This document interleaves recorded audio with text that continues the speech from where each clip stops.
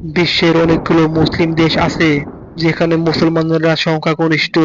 এই দেশগুলোকে সাধারণত মুসলিম দেশ বলা হয়।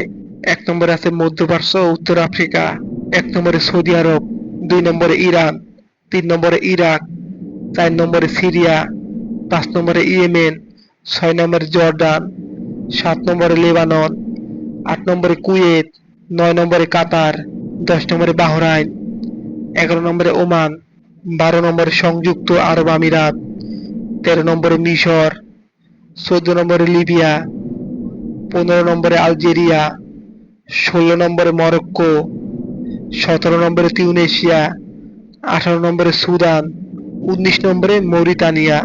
দক্ষিণ এশিয়ার মুসলিম দেশ: ১ নম্বরে আছে বাংলাদেশ, ২ নম্বরে আছে পাকিস্তান, ৩ নম্বরে আছে মালদ্বীপ, ৪র্থ নম্বরে আছে আফগানিস্তান। মধ্য এশিয়ার মুসলিম দেশ: ১ নম্বরে আছে কাজাখস্তান, ২ নম্বরে আছে উজবেকিস্তান, ৩ নম্বরে আছে তুর্কমেনিস্তান, ৪ নম্বরে আছে কিরগিজস্তান, ৫ নম্বরে আছে তাজিকিস্তান।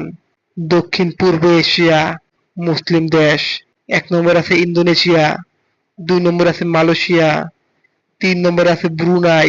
সাব-সাহারা আফ্রিকা মুসলিম দেশের তালিকা: ১ নম্বরে আছে নাইজার, ২ নম্বরে আছে নাইজেরিয়া, উত্তরাংশে মুসলিম সংখ্যা বেশি, ৩ নম্বরে আছে মালি, ৪ নম্বরে আছে সেনেগাল, ৫ নম্বরে আছে গাম্বিয়া, ৬ নম্বরে আছে গিনি, ৭ নম্বরে আছে চাদ, ৮ নম্বরে আছে সোমালিয়া, ৯ নম্বরে আছে জিবুতি, ১০ নম্বরে আছে বুরকিনা ফাসো।